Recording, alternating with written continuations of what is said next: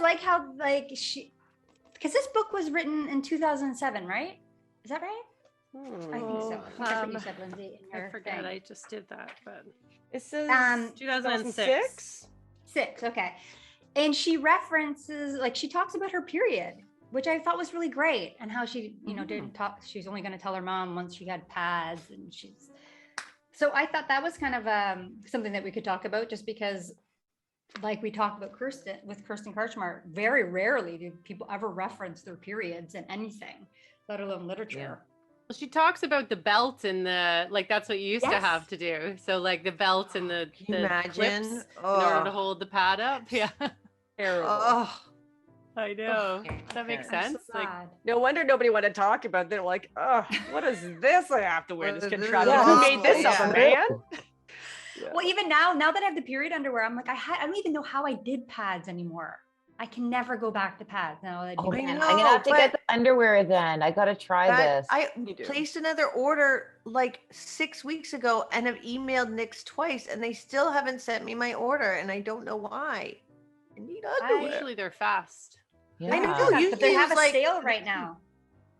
Yeah, they have a big sale right Being now. I keep getting an email about it. Yeah. The only thing I don't like about them is the washing them, which is kind of annoying. But do you guys wash it separate from other clothing materials? No, not at all. I throw them right in the washing machine. Do you do a preemptive with the rest of my laundry? Do you do a preemptive rinse or anything? I put them in a basin. Like there's I put like a little thing in my shower while I'm on my period, and I throw them in there in water, and then I dump that out so it feels like it's like pre-rinsed. But now that I think about it, it's like stupid. Why do I do that? I don't do anything, Kara. They just go in my laundry bin, and I wash them with my regular laundry. I wash them and then put them in the wash. Okay. Yeah. I wash them like I use soap, and I wash them like in the sink or in the shower. And then dry them, and then if I feel like I can use them again, they're clean enough, I'll use them again. And then that's why I wanted to buy more, because I ended up needing more than the 4 pairs I have. I need to have 8 pairs. Is what I've estimated. I do combo cup. Yeah, so combo cup on like my main day. Me too, combo cup. And then are you supposed to change the underwear? Because you know how with like other feminine, what do we call it? Feminine hygiene products? I don't like that word. Like, what word do we use? Because it felt even so weird. we're not dirty. It. I don't like feminine hygiene. It implies we're dirty if we don't use it. And you know how you're supposed to do it every 4 hours? Yeah. With the underwear, is it recommended about every 4 hours, or could you wear them for a full 8-hour day? Wear them all day. If you're until you need to change them. Yeah. Oh. You'll know. Like You'll on know. a sparse day, you'd probably combo with cup, but like on the last day of my period, it's like I'm just wearing it just in case. Okay. Me too. Yeah. Oh, I wear them. Yeah. Like they actually have some that are like extra pads.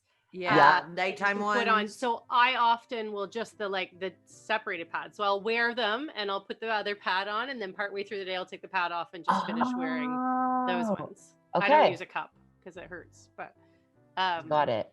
Yeah. No, it's good that she said it in the book, and I think the more like there was something else I was watching. Oh, I turned on Blossom. Remember that TV show? Yeah. Oh and the first episode, I think it was Blossom. The first episode, she's talking about her period, and that was like that was a while ago. That was a big deal. Oh. Yeah. And she talked about her period right away, like really openly. So even though we say that maybe people didn't talk about it, I think it was in the media and in pop culture. We just maybe got uncomfortable about it more. Maybe. Yeah. That's a good point. Yeah, I remember that episode kind of. It was before I had a period. I was like, what are they talking about? Someone told me about this. Well, yeah, I have a vague memory of this episode. Book interrupted. My interruption is how cute is this? I got a little doggy carrier for my bike, and she just loves it. Just first attempt. Yep, I'm exhausted. I would like to go to sleep in a bicycle. Bow. Book interrupted. I just want to say that I appreciate that all of you did at least tried to go on this journey of doing something a bit different, you know, or trying a different medium, or trying this like graphic novel, even though I know it was out of, I think, everybody's comfort zone, including my own. So, so thank you all for trying it out, even if you liked it or didn't. And thank you, Alison Bechdel, for writing this, and for, you know, when you wrote it, I think it was very big for a lot of people because she talked about her, you know, coming out and her sexuality very openly, all of that stuff. So thank you for that. Oh, I forgot to say one big thing, the biggest thing. Right. I wrote her a letter. This is the big thing. I wrote her, I was like, I got to tell you guys.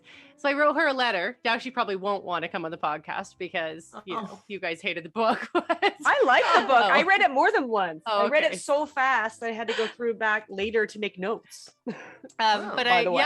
So I wrote her a handwritten letter because on her website, she says that she doesn't check her emails.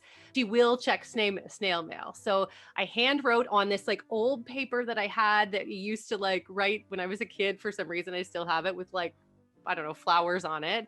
And I wrote to her and explained a bit about us. And like in brackets, I was like, it was a very weird letter saying things like, oh, I haven't written a snail mail letter in a while. And oh, my handwriting's atrocious. And I don't know, all this stuff. Yeah. And then I drew her at the end. And had like a little, like a very bad drawing, but a drawing of her. And I said, look, if you are interested in coming on the podcast to chat with us, you know, send an email to Sarah or call me. And I gave my number. And then I said, you know, but if not, you know, I just wanted to tell you that I picked your book for my podcast. And so we'll see, maybe she'll get, I sent it a few days ago. So maybe for the fan episode, we'll hear back. And even if hopefully she even maybe just responds and even if she declines, at least it'll be something fun that we connected with the author. So and we could do off the shelf with her if it's not by the fan episode, right? Yeah, if she's interested. I don't don't know. We'll see. I don't think so after this. But we didn't go around and say who recommends the book. So that's true. An assumption. True. So who wants to go first? I wouldn't recommend it because I didn't finish it. Yeah, same. It's hard to make a recommendation, but now I would actually like to go back to the library, take it out again, and just make myself now finish it based on the great things that you guys shared. I'd like to see me be able to circle back, because I mostly just got hung up on just so many curious questions about her creative process and why this format and this medium, you know. Yeah. So I would recommend the book. Let myself down. Only with you know how sometimes we say recommend the book with what do we call it again? With caveat? No. Caveat. That's not the caveat's word. Right. I always forget the word we used when we coined the phrase. Exception. Was it? No. It anyway, was clever. I would recommend the book, but would tell. That wasn't clever. No, they came out so rude. I was like, no, it was clever. Yeah, like jerk. What you said wasn't clever. It was like, fuck. As soon as I said it, I was like, geez, that was harsh. Sorry. Go ahead. I'll shut the fuck up now. Okay. I would recommend the book, but I would say, first of all, it's difficult to read a graphic novel if you're not used to it, and then give yourself some time, because I would say it took me about half the book, and then it was like subtitles. So it took me a while to get used to that format. It felt uncomfortable. And then secondly, read to the end, because the end gets better. And I would just tell people I really didn't like it until the last 3 chapters. So I gave it a so-so because of that. There you go. I would recommend the book. I meant to try to find the musical before we met this time. So maybe I'll try to do that before the fan episode, because there was a musical and I think that you can get it somewhere to watch. It's not playing. I mean, it's not showing right now. Obviously not where I am either. But I didn't find the graphic novel format hard to get into at all. In fact, I read it very quickly. I've read graphic novels before. It might be a little intimidating for people who like the vocabulary was a little bit above my head in many cases, but I don't think that interfered with my enjoyment of the book. I usually just kind of skip over the words I don't know and try to get the gist of it. And I would say with Sarah too, that like it's not just like a comic strip. So you have to get to the end because she's layering the story for like the big conclusion at the end is how I felt about the book. Yeah, but I would probably recommend it to certain people. This isn't for everybody, but I liked it. So I would recommend the book if you keep an open mind when you're doing it, especially if you're someone like me who's never read a graphic novel before. I also think to forgive yourself if you're reading it and you don't know words, like Leah or me or all of us, that or you don't know the literary references. If you can think about it more, like change your brain that you're not reading a novel, you're reading something different, then that would be useful. I agree with Sarah to read it to the end. I also found that at the beginning, I tried to read like very short amounts and then go back to it. And I think that if you're going to do it, try to do it in like a couple of really deep sittings so that you can really delve into it and understand and take your time. Don't try to skim it in my mind. If you can kind of just do that, then it makes it better. But yeah, I would definitely recommend it, but for certain people, not for everybody. I agree with that too. The last 3 chapters I read longer sessions. I finished an entire chapter, whereas before I'd stop when I was tired or something came up or the kids were coming home or whatever. So I didn't end on each chapter necessarily. So I think you're right. I think if you read it together, and it took a couple minutes just to get used to the graphic novel part, because it's slower. It's like reading poetry. You have to read it like more slowly. You can't just quickly whip through it. It's not like that. So yeah, I agree. I know we're over time, but I just want to do a quick question. Fine. Is there any book that was referenced in it that you're like, oh yeah, maybe I should read that book? Because there's like 70 something books, I think, that were like referenced in this book. I'll go first. I was like, yeah, go first. Oh yeah, I've never read Catcher in the Rye. And I feel like it's one of those books that like you're supposed to read. Does that make any sense? Well, yeah, it's because it's Catcher in the Rye. Yeah, I might have to read Catcher in the Rye. So maybe I'll be able to do that before the fan episode. I don't know. We'll see. Was it? No, there was none in particular. Nobody felt like, oh, maybe we should try to read that. No, it's more just oh wow, there's so much literature out there in the world. Yeah, it was more of that. Ulysses. Is that how you say it? Ulysses? Oh, Ulysses? Ulysses. That's what I wanted to read. Oh yeah, I was thinking that one too. I was like, oh, I haven't read that. Yeah, that was the one. I was like, oh, because she was talking about with the professor and stuff like that. I was like, and her father's his favorite book or something. And I was like, I wonder, I should read that. I'm curious about this book now. Anyway, that an entire course is just about this book.